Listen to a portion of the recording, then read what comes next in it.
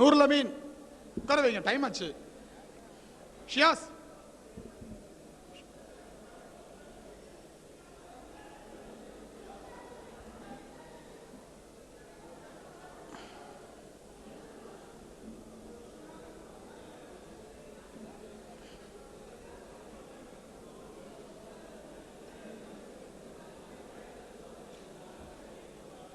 கிட்டி விடண்டு, டைமும் இருக்கு.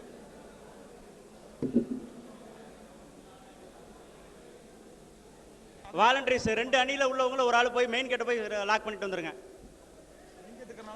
ஆமாம் ஆமாம், மெயின் கேட்டை லாக் பண்ணுங்க.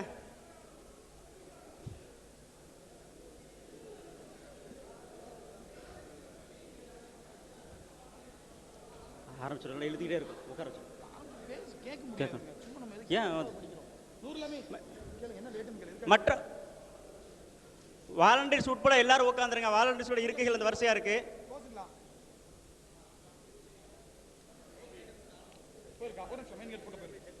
சரி சரி, கேமரா பேசுறானா அப்படி வீட்டுக்கு போக சொல்லுங்க, நோ ப்ராப்ளம்.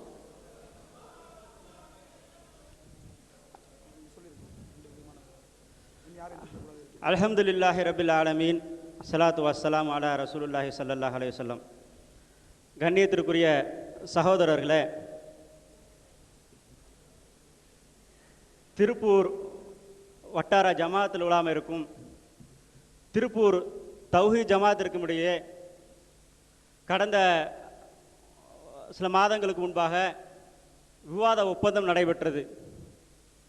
அந்த விவாதம் ஒப்பந்தத்தோடு முடிந்துவிட்டதை தவிர விவாதம் நடைபெறவில்லை. எனவே அந்த ஒப்பந்தத்தின் அடிப்படையில் இந்த கன்னியாகுமரி மாவட்டம் களியக்காவிலியிலே அந்த மேற்கண்ட திருப்பூரில் போடப்பட்ட ஒப்பந்தத்தின் அடிப்படையிலே இந்த விவாதம் நடைபெற இருக்கிறது. ஒப்பந்தத்தினுடைய நாட்களும் இடமும் தான் மாற்றப்பட்டதை தவிர ஒப்பந்தத்தினுடைய விதிகள் எல்லாம் ஏற்கனவே போடப்பட்ட விதிகள் தான். உங்களுடைய கவனத்திற்காக அந்த ஒப்பந்தம் இங்கே படிக்கப்படுகிறது. திருப்பூர் வட்டார ஜமாஅத்துல் உலமாவிற்கும் திருப்பூர் தௌஹீத் ஜமாத்திற்கும் இடையே விவாதம் செய்ய ஒத்துக்கொண்டு நடந்த கடித போக்குவரத்துகளின் தொடர்ச்சியாக திருப்பூர் எம்என்ஆர் வீதியில் உள்ள மௌலவி ஹாபித் எம் அகமது ஷரீஃப் ஆலிம் அவர்களின் வீட்டில் இருதரப்பாரும் செய்து கொண்ட விவாத ஒப்பந்தம். திருப்பூர் வட்டார ஜமாஅத்துல் உலமாவின் சார்பாக அதன் பொறுப்பாளர்கள் முன்னிலையில் கீழ்கண்ட நபர்கள் கலந்து கொண்டார்கள்.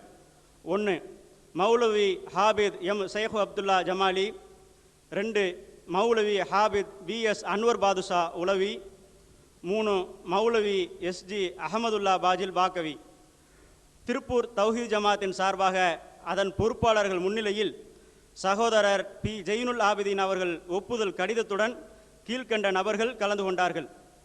1, சகோதரர் எம்ஐ சுலைமான். 2, சகோதரர் கேஎஸ் அப்துல் ரஹ்மான். 3, சகோதரர் எஸ் கலீல் ரசூல்.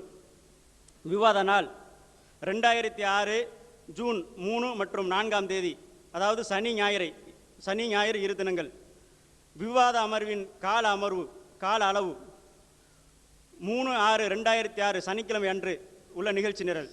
காலை 9:30 முதல் 10 மணி வரை ஒப்பந்த கண்காணிப்பாளர் விவாத ஒப்பந்தத்தை வாசிப்பார்.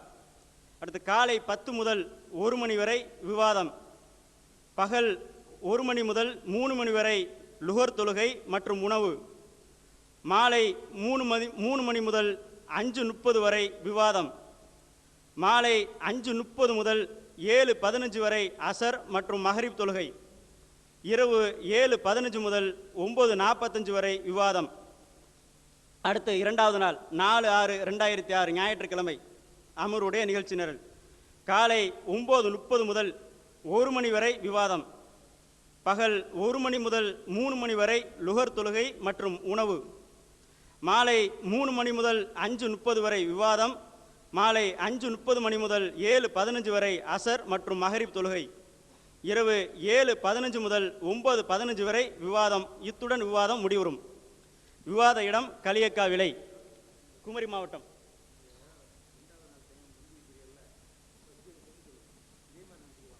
சரி. அதாவது இப்பொழுது நம்ம நிகழ்ச்சி சரியாக 9:30க்கு ஆரம்பிக்கிறதா இருந்தது. இடையில் இந்த ஏற்பட்ட சலசலப்பின் காரணமாக சிலர் தாமதாக வந்ததின் காரணமாக இப்போ நேரம் ரொம்ப தள்ளி போயிருக்கு. அடுத்த நாள், அதாவது நாளைக்கு சரியாக 9:30 மணிக்கு நிகழ்ச்சி ஆரம்பமாகும். பார்வையாளருடைய விதி இனிமேல் படிக்கப்பட இருக்கிறது. அவர்கள் என்ன செய்ய வேண்டும் என்று சொன்னால், எந்த தரப்பாக இருந்தாலும் சரி 10 நிமிடத்துக்கு முன்பாகவே விவாத அரங்குக்குள் உள்ளே வந்துவிட வேண்டும்.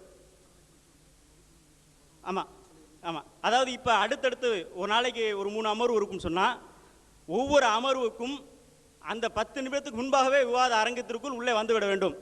அவர்கள் உள்ளூர்காரர்களாக இருந்தாலும் சரி, வெளியூர்காரர்களாக இருந்தாலும் எந்த அணியை சார்ந்தவர்களாக இருந்தாலும் தயவுதாட்சணை பார்க்கக்கூடாது.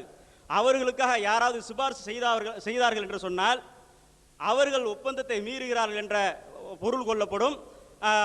அதனால் எந்த அணியை சார்ந்தவர்களாக இருந்தாலும் சரி யாரும் தயவுதாட்சணால உள்ளே விடக்கூடாது. அவர்களுக்காக யாரும் சிபாரிசு செய்யக்கூடாது. சிபாரிசு செய்தார்கள் என்று சொன்னால் அவர்கள் பின்வாங்கிறார்கள் என்ற கருத்தை தான் மக்கள் எடுப்பார்கள். எனவே இந்த ஒரு தடவை தவிர மற்ற தடவை எந்த தயவுதாட்சணை எதுவும் கிடையாது 2 அணிக்குமே. அடுத்து விவாத செலவு, அரங்கம், ஒலி அமைப்பு, தண்ணீர், டைம் பீஸ் போன்ற செலவுகளை இரு தரப்பினரும் சமமாக பகிர்ந்து கொள்ள வேண்டும். 5 அரங்க ஏற்பாடு செய்வதற்கும் விவாதத்திற்கு இரு தரப்பினரும் பொதுவாக செய்ய வேண்டிய வேலைகளுக்கும் இரு தரப்பிலும் தலா 3 நபர் கொண்ட குழு நியமிக்கப்படுகிறது. இரு தரப்பிலும் பரஸ்பரம் எழுத்தில் ஒப்புக்கொண்ட செலவுகள் மாத்திரமே சமமாக பகிர்ந்து கொள்ளப்படும். இரு தரப்பினரின் கடிதத்துடன் காவல்துறையின் அனுமதி பெறுவது இக்குழுவின் பொறுப்பாகும். அடுத்த 6 பார்வையாளர்களுடைய விதி. ஒவ்வொரு தரப்பிலும் தலா 200 நபர்கள் வீதம் 400 நபர்கள் மாத்திரம் பார்வையாளராக அனுமதிக்கப்படுவார்கள். பார்வையாளர்கள் இதை நல்லா கொஞ்சம் கவனிச்சுக்குங்க. ஒவ்வொரு அமர்வு தொடங்குவதற்கு 10 நிமிடங்களுக்கு முன்பாகவே இருக்கையில் அமர வேண்டும். 3 விவாதத்தின் ஒவ்வொரு அமர்வும் முடிந்து 5 நிமிடம் கழித்து தான் அரங்கை விட்டு வெளியில் செல்ல வேண்டும்.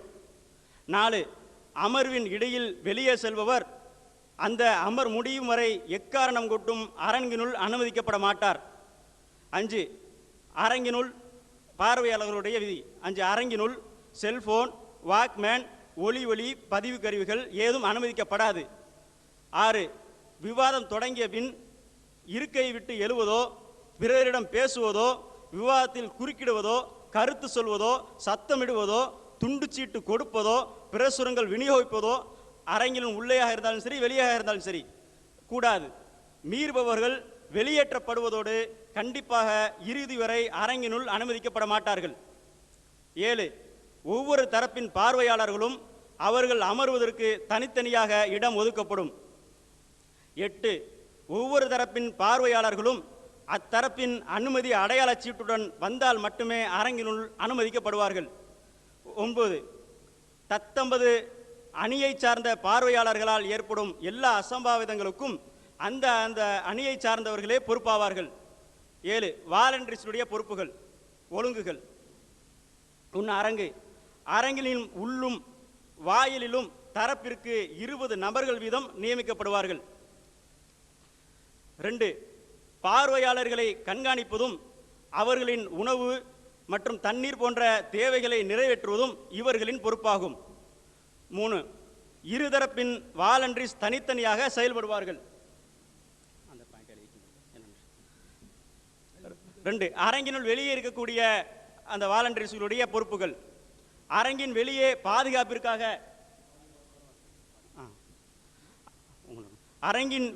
பாதுகாப்பிற்காக தரப்பிற்கு 5 நபர் வீதம் 10 பேர் நியமிக்கப்படுவார்கள். 2 அணிக்கு ஒருவர் வீதம் 2 பேரின் கூட்டு தலைமையின் கீழ் இவர்கள் செயல்படுவார்கள். அடுத்தடுத்த விதியை சகோதரர் கண்காணிப்பாளர் வாசிப்பார். ஆமாம், அரங்கின் வெளியே அடுத்து தனித்தனி பொறுப்பாளர்.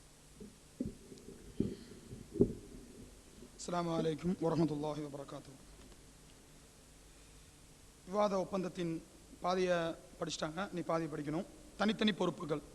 தத்தமது அணியின் பார்வையாளர்கள், அறிஞர்கள், வாலண்டரிஸ், கண்காணிப்பாளர்கள் ஆகியோரின் உணவு, தண்ணீர் போன்ற தேவைகளுக்கு அந்த அணியினரே பொறுப்பாவார்கள்.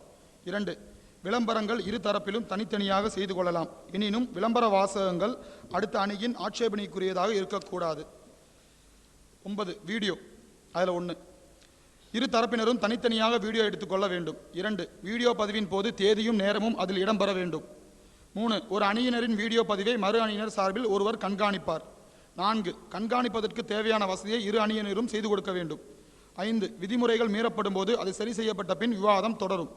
6, இரு தரப்பினரும் தாங்கள் எடுக்கும் வீடியோ பதிவின் ஒரு பிரதியை மற்ற அணிக்கு தர வேண்டும். 7, விவாதம் முடிந்த பின்னர் வீடியோ பதிவினை எடுத்து எந்த சேர்க்கையும் தணிக்கையும் செய்யாமல் இரு தரப்பினரும் வெளியிட வேண்டும். 10. விவாத ஒப்பந்தம். 10, ஒப்பந்த கண்காணிப்பாளர்கள். 1, மேடையின் மீது ஒப்பந்த விதிகள் பேணப்படுவதை கண்காணிப்பதற்கு அணிக்கு ஒருவர் வீதம் 2 கண்காணிப்பாளர்கள் நியமிக்கப்படுவார்கள். 2, விவாதம் குறித்து கருத்து கூறுவதற்கோ தீர்ப்பு வழங்குவதற்கோ இவர்களுக்கு அதிகாரம் இல்லை. 3, விவாதத்தின் போது பேசுபவரின் நேரம் முடிவடைந்தால் அதை சுட்டிக்காட்டுவது இவரின் பொறுப்பாகும். 4, விதிமுறைகள் மீறும் போது தமது அணியினரை கட்டுப்படுத்துவதும் இவரின் பொறுப்பாகும். 5, மேடையல்லாத அரங்கின் இதர பகுதிகளில் ஒப்பந்த விதிகள் பேணப்படுவதை கண்காணிப்பதற்கு தரப்பிற்கு ஒருவர் வீதம் 2 கண்காணிப்பாளர் நியமிக்கப்படுவார்கள். 11, விவாதிப்போர். 1, ஒவ்வொரு அணியிலும் 5 பேர்கள் மட்டும் பங்கு பெறுவார்கள். 2, தௌஹீத் ஜமாத்தின் சார்பாக கலந்து கொள்ளும் அணியின் சகோதரர் பி. ஜெயினுலாப்தீன் அவர்களும் ஒருவராக இருப்பார். 3, விவாதிப்போருக்கு உதவியாக விவாதத்தில் பங்கு கொள்ளாதவர்களாக அணிக்கு 3 வீதம் மேடையில் இருக்கலாம். 4, விவாதிப்போர் அவர்களின் உதவியாளர்கள் மேடை ஒப்பந்த கண்காணிப்பாளர்கள் மின்சார ஒளி அமைப்பாளர்களை தவிர வேறு யாரும் மேடையில் ஏற அனுமதி இல்லை. 5, விவாதிப்போர் மற்றும் மேடை ஒப்பந்த கண்காணிப்பாளர்களை தவிர யாரும் ஒலிபெருக்கியை உபயோகிக்க அனுமதி இல்லை. 12, விவாத ஒழுங்குகள். 1, முதல் அமர்வில் விவாதத்தை தொடங்குவது யார் என்பதை நிர்ணயிக்க மேடையில் டாஸ் போடப்பட்டு அதில் வெற்றி பெறும் அணியினர் முடிவு செய்யும் அணியே விவாதத்தை துவங்கும். 2, விவாதத்தின் போது இரு தரப்பினரும் 10 நிமிடங்கள் என்ற அடிப்படையில் விவாதிக்க வேண்டும். 3, விவாதத்தின் தலைப்பின் இறுதியில் இரு தரப்பினரும் 15 நிமிடங்கள் தங்களது வாதங்களை தொகுத்து வழங்க வேண்டும். 4, இந்த தொகுப்புரையில் புது ஆதாரங்களையோ வாதங்களையோ எடுத்து வைக்க அனுமதி இல்லை. 5, விவாதத்தின் போது இரு தரப்பினரும் பொதுமக்களை நோக்கியே பேச வேண்டும். 5, விவாதத்தின் போது இரு தரப்பினரும் பொதுமக்களை நோக்கியே பேச வேண்டும். 6, தரக்குறைவான வார்த்தைகள், தனிநபர் விமர்சனங்கள், கேலி கிண்டல்கள் போன்றவற்றை இருக்கக்கூடாது. 6, தரக்குறைவான வார்த்தைகள், தனிநபர் விமர்சனங்கள், கேலி கிண்டல் போன்றவற்றை இருக்கக்கூடாது. 13, விவாத அடிப்படை. குர்ஆன் மற்றும் ஆதாரபூர்வமான ஹதீஸ்களின் அடிப்படையிலேயே விவாதம் அமைய வேண்டும். 2, அறிவிப்பாளர்களை பற்றி எடை போடுவதற்கே தவிர மற்ற எதற்கும் எந்த அறிஞரின் கூற்றும் சான்றாக ஏற்றுக்கொள்ளப்பட மாட்டாது. 3, ஒரு ஹதீஸில் சர்ச்சை ஏற்பட்டால் அதில் தீர்வு கண்ட பிறகே அந்த ஹதீஸின் அடிப்படையில் வாதத்தை வைக்க வேண்டும். 4, மூல நூல்களிலிருந்து மட்டுமே ஆதாரங்கள் எடுத்து வைக்கப்பட வேண்டும். 5, மாற்று அணியினர் கேட்கும் போது ஆதார நூலை காண்பிக்க வேண்டும். 6, ஒவ்வொரு தரப்பினரும் வாதத்தின் போது எடுத்து வைக்கும் வாதங்களுக்கும் ஆதாரங்களுக்கும் மட்டுமே பொறுப்பாளி ஆவார்கள். 7, ஒரு தரப்பினர் எடுத்து வைக்கும் விஷயத்தை நிரூபித்து முடித்த பின்னரே அத்தரப்பினர் அடுத்த விஷயத்திற்கு செல்ல வேண்டும். 8, தலைப்பு எழுதிய வரிசைப்படி பேச வேண்டும். ஒரு நாளைக்கு 2 தலைப்புகள் வீதம் பேச வேண்டும். 9, ஒரு நாளைக்கு ஒதுக்கப்பட்ட மொத்த நேரத்தில் சரிபாதியாக ஒரு தலைப்புக்கு வழங்க வேண்டும். பொதுவானவை. 14, பொதுவானவை. ஒப்பந்த விதிகளை மாற்றுவதற்கோ திருத்துவதற்கோ எதையும் சேர்ப்பதற்கோ நீக்குவதற்கோ இரு தரப்பினர் எவருக்கும் அதிகாரம் இல்லை.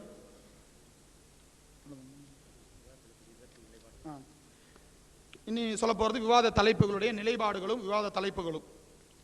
விவாத தலைப்புகளும் இரு தரப்பினர் நிலைப்பாடுகளும். தலைப்பு: மௌலித் ஓதலாமா? நிலைப்பாடு: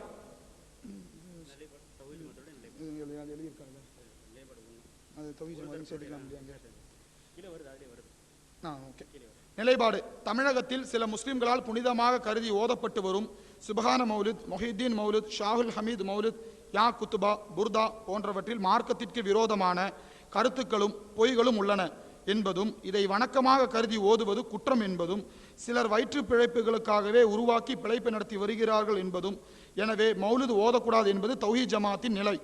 ஒன்று கூட சொல்கிறேன். தமிழகத்தில் சில முஸ்லிம்களால் புனிதமாக கருதி ஓதப்பட்டு வரும் சுபஹான மௌலித், மொஹிதீன் மௌலித், ஷாஹுல் ஹமீத் மௌலித், யா குத்துபா, புர்தா போன்றவற்றில் மார்க்கத்திற்கு விரோதமான கருத்துக்களும் பொய்களும் உள்ளன என்பதும் இதை வணக்கமாக கருதி ஓதுவதும் குற்றம் என்பதும் சிலர் வயிற்று பிழைப்புகளுக்காகவே உருவாக்கி பிழைப்பு நடத்தி வருகிறார்கள் என்பதும் எனவே மௌலித் ஓதக்கூடாது என்பது தமிழ்நாடு தௌஹீத் ஜமாத்தின் நிலை. அடுத்தது பி. சுபஹான மௌலித், மொஹிதீன் மௌலித், ஷாஹுல் ஹமீத் மௌலித், யா குத்துபா, புர்தா இவைகளில் கூறப்பட்டுள்ள கருத்துக்கள் குர்ஆன் ஹதீஸுக்கு உடன்பட்டது என்பதும், இதை ஓதினால் நன்மை உண்டு என்பதும், இதை ஓதக்கூடாது என்று மறுப்பவர்கள் குர்ஆன் ஹதீஸ் என்று சொல்லிக்கொண்டு வயிற்று பிழைப்பு நடத்துகிறார்கள் என்பதும், அவர்கள் கூறுவதெல்லாம் பொய் என்பதும்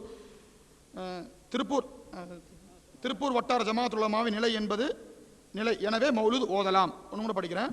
சுபஹான மௌலூத், மொஹிதீன் மௌலூத், ஷாவுல் ஹமீத் மௌலூத், யா குத்துபா, புர்தா இவைகளில் கூறப்பட்டுள்ள கருத்துக்கள் குர்ஆன் ஹதீஸுக்கு உடன்பட்டது என்பதும், இதை ஓதினால் நன்மை உண்டு என்பதும், இதை ஓதக்கூடாது என்று மறுப்பவர்கள் குர்ஆன் ஹதீஸ் என்று சொல்லிக்கொண்டு வயிற்று பிழைப்பு நடத்துகிறார்கள் என்பதும், இவர்கள் கூறுவதெல்லாம் பொய் என்பதும் திருப்பூர் வட்டார ஜமாஅத்துல் உலமாவின் நிலை. எனவே மௌலூத் ஓதலாம். அடுத்த தலைப்பு, இரண்டாம் தலைப்பு, இறந்தவர்களிடம் உதவி தேடுவது கூடுமா? நிலைப்பாடு 1. இறந்தவர்கள் செவியேற்க மாட்டார்கள். எத்தனை பேர் அழைத்தாலும், எங்கிருந்து அழைத்தாலும், எந்த மொழியில் அழைத்தாலும், உள்ளத்தால் அழைத்தாலும் ஒரே நேரத்தில் செவியுற்று புரித்தறிந்து அனைத்திற்கும் பதிலளிக்கும் ஆற்றல் அல்லாஹுவை தவிர அவனது எந்த படைப்புகளுக்கும் இல்லை என்பதும், எனவே அவர்கள் உதவி செய்ய மாட்டார்கள் என்பதும், அழைப்பிற்கு பதில் சொல்ல மாட்டார்கள் என்பதும், எனவே உதவி செய்ய மாட்டார்கள்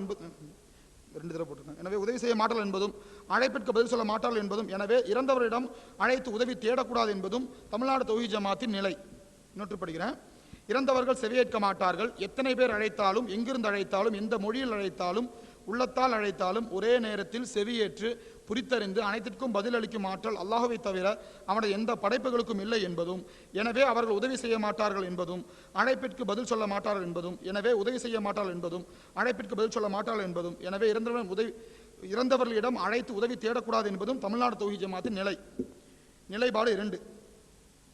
இறந்தவர்கள் செவியேற்பார்கள் என்பதும், எத்தனை பேர் அழைத்தாலும், எங்கிருந்து அழைத்தாலும், எந்த மொழியில் அழைத்தாலும் அனைத்தையும் ஒரே நேரத்தில் செவியுற்று பரித்தறிந்து அனைத்திற்கும் பதிலளிக்கும் ஆற்றல் அல்லாஹுவால் இறந்த இறைநேசர்களுக்கு வழங்கப்பட்டிருக்கிறது என்பதும் திருப்பூர் வட்டார ஜமாஅத்துல் உலமாவின் நிலை. எனவே இறந்தவர்களிடம், இறைநேசர்களிடம் உதவி தேடுவது கூடும். 2. ஒன்று படிக்கிறேன். இறந்தவர்கள் செவியேற்பார்கள் என்பதும், எத்தனை பேர் அழைத்தாலும், எங்கிருந்து அழைத்தாலும், எந்த மொழியில் அழைத்தாலும் அனைத்தையும் ஒரே நேரத்தில் செவியேற்று பிரித்தறிந்து அனைத்திற்கும் பதிலளிக்கும் ஆற்றல் அல்லாஹுவால் இறந்த இறைநேசர்களுக்கு வழங்கப்பட்டிருக்கிறது என்பதும் திருப்பூர் வட்டார ஜமாஅத்துல் உலமாவின் நிலை. எனவே இறைந்த இறைநேசரிடம் உதவி தேடுவது கூடும்.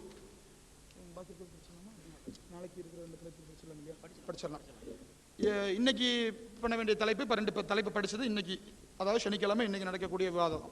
நாளைக்கு படிக்க வேண்டிய 2 தலைப்பு. மொபைல் ஃபோன் அடிக்குது, அது அந்த மொபைல் ஃபோனை உடனடியாக சுவிட்ச் ஆஃப் பண்ணி வைக்கணுங்கிறது கண்டிஷன். நாங்கள் பார்த்துக்கிறோம், உட்காந்துங்க, பிரச்சனை இல்லை. நீங்கள் யாரும் சலசலப்பு வேண்டாம், எங்களை கேட்குது, நாங்கள் சொல்லிக்கிறோம், விட்டுருங்க. அடுத்த தலைப்பு, மதுஹபை பின்பற்றலாமா? நிலைப்பாடு. தமிழகத்தில் நடைமுறையில் உள்ள ஷாஃபி, ஹனஃபி மதுஹபலின் சட்ட நூல்களில் குர்ஆன் ஹதீஸுக்கு முரணானவையும், குர்ஆனின் ஆதாரமோ ஹதீஸுகளின் ஆதாரமோ இல்லாத ஏராளமான விஷயங்கள் உள்ளன. எனவே மதுஹபலை பின்பற்றக்கூடாது எனவும், இஸ்லாத்தின் அடிப்படையான குர்ஆனையும் ஹதீஸை மட்டுமே பின்பற்ற வேண்டும் என்பதும், மற்ற எந்த அமைப்பையோ குழுவையோ தனி நபரையோ பின்பற்றக்கூடாது என்பதும் தௌஹீத் ஜமாத்தின் நிலையாகும். நிலைப்பாடு 1. தமிழகத்தில் நடைமுறையுள்ள ஷாஃபி, ஹனஃபி மதுஹபலின் சட்ட நூல்களில் குர்ஆன் ஹதீஸுக்கு முரணானவையும், குர்ஆனின் ஆதாரமோ ஹதீஸின் ஆதாரமோ இல்லாத ஏராளமான விஷயங்கள் உள்ளன. எனவே மதுஹபுகளை பின்பற்றக்கூடாது எனவும், இஸ்லாத்தின் அடிப்படையான குர்ஆனையும் ஹதீஸை மட்டுமே பின்பற்ற வேண்டும் என்பதும், மற்ற எந்த அமைப்பையோ குழுவையோ தனிநபரையோ பின்பற்றக்கூடாது என்பதும் தமிழ்நாடு தௌஹீத் ஜமாத்தின் நிலையாகும். நிலைப்பாடு 2.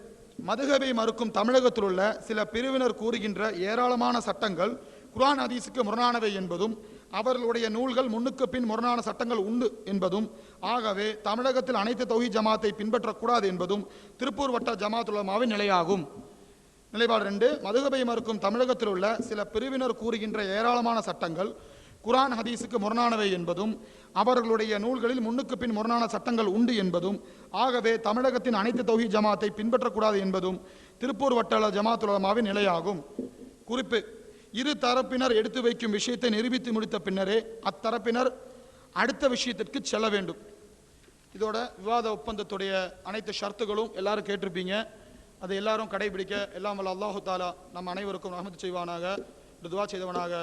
சத்தியத்தை சத்தியமாக அறிந்து கொள்ளவும், அசத்தியத்தை அசத்தியமாக பிரித்து எடுத்துக்கொள்ளவும் அல்லாஹு தாலா நம் அனைவருக்கும் நல்பாகியம் அருள் புரிவானாக. வாஹர் தவானா அல்ஹம்துலில்லாஹி ரப்பில் ஆலமீன். அஸ்ஸலாமு அலைக்கும் வரஹ்மத்துல்லாஹி வபரகாத்துஹு. அதாவது ஒரு நாளைக்கு 2 தலைப்பின் கீழே விவாதம் நடக்க இருக்குது. ஒரு நாளையுடைய விவாத மொத்த நேரம் 8 மணி நேரம். அதில் ஒரு தலைப்புக்கு ஒதுக்கப்படக்கூடிய நேரம் 4 மணி நேரம். அதாவது இப்போ 10 மணி முதல் 4 மணி வரை வந்து ஒரு தலைப்பு, அதாவது மௌலிது ஓதலாம். இல்லை இல்லை, 4வது தலைப்பு படிக்கலையோ? சரி, நான் படிச்சிடறேன் பாருங்க, இருக்கா? சரி, நான் படிச்சிருவேன். சரி, தலைப்பு 4, 3 தலைப்பு வரை படித்தாங்க. அது அடுத்த தலைப்பு 4, தர்காவிற்கு செல்லலாமா? தௌஹீத் ஜமாத்தினுடைய நிலைப்பாடு.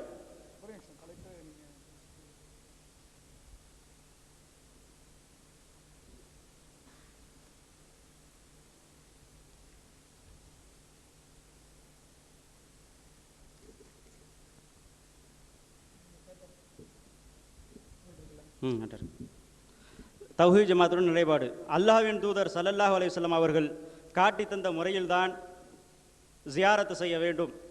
கபரின் மீது மண்ணை குவித்து வைக்கலாமே தவிர அதை கட்டுவதோ பூசுவதோ, கபரின் மீது கட்டடம் எழுப்புவதோ, தர்காவை ஜியாரத் செய்து அவர்களிடம் உதவி தேடுவதோ, உருஸ் கந்தூரி எடுப்பதோ நபி ஸல்லல்லாஹு அலைஹி வஸல்லம் அவர்கள் காட்டி தந்த வழியல்ல என்பதால் கூடாது என்பது தௌஹீத் ஜமாத்தின் நிலையாகும்.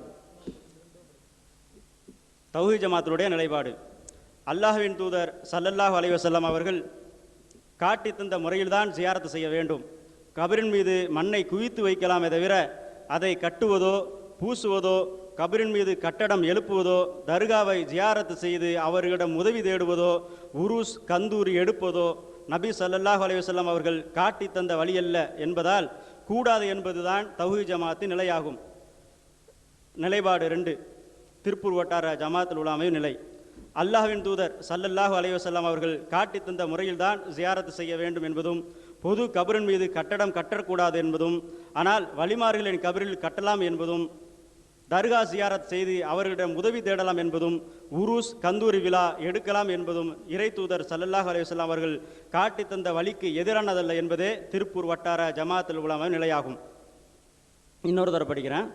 அல்லாஹ்வின் தூதர் ஸல்லல்லாஹு அலைஹி வஸல்லம் அவர்கள் காட்டி தந்த முறையில்தான் ஜியாரத்து செய்ய வேண்டும் என்பதும், பொது கபரின் மீது கட்டடம் கட்டக்கூடாது என்பதும், ஆனால் வலிமார்களின் கபரில் கட்டலாம் என்பதுதான், தர்கா ஜியாரத் செய்து அவர்களிடம் உதவி தேடலாம் என்பதும், உருஸ் கந்தூரி விழா எடுக்கலாம் என்பதும் இறை தூதர் ஸல்லல்லாஹு அலைஹி வஸல்லம் அவர்கள் காட்டி தந்த வழிக்கு எதிரானதல்ல என்பதே திருப்பூர் வட்டார ஜமாத்துல் உலமாவின் நிலையாகும்.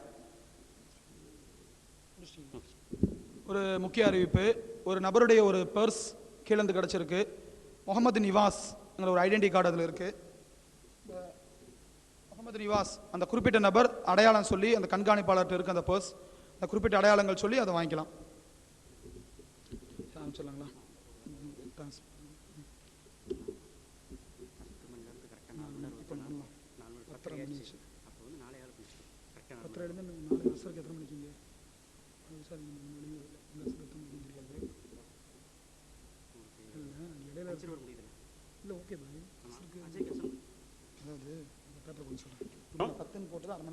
பத்து மணிக்கு விவாதம் நடப்பதாக இருந்தது. அரை மணி நேரம் தாமதமாக இருக்குது. 1 மணி வரை முதல் அமர்வு நடைபெறும். அடுத்த அமர்வு இன்ஷால்லா அடுத்த டைம் அறிவிக்கப்படும். இப்பொழுது யார் முதல்ல பேசணுங்கிறதுக்காக ஒப்பந்தத்தில் இருக்கிற மாதிரி டாஸ் போட்டு அதில் வின் பண்ணுறவங்க தான் ஒப்பந்தத்தில் ஃபஸ்ட்டு பேசணுங்கிற ஒப்பந்தத்தில் ஷர்த்து. அதனால் இப்போ டேஸ் போடப்படுகிறது.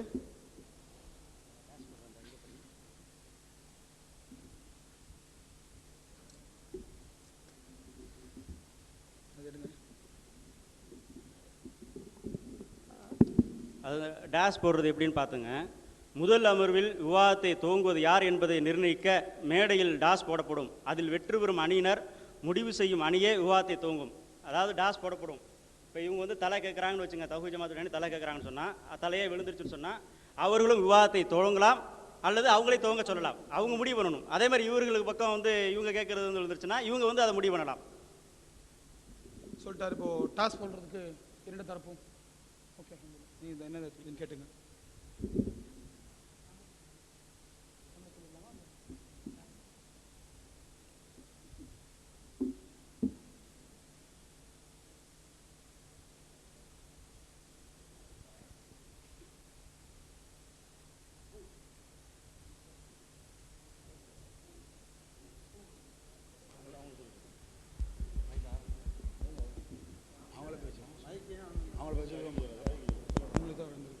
அஸ்ஸலாமு அலைக்கும். நீங்கள் தான் ஆரம்பம். நம் தரப்பின் சார்பிலே டைம் பார்த்துங்க. பூ விழுந்திருக்கிறது. வாதங்களை நம்முடைய யார் ஆரம்பிக்க வேண்டும் என்று நம்முடைய முடிவின் கையில் தான் இருக்கிறது. எனவே நாம் தீர்மானித்ததின் அடிப்படையில் சுன்னத் ஜமாத் அவர்கள் தங்களுடைய வாதங்களை துவங்கலாம் என்று கேட்டுக்கொள்கிறோம்.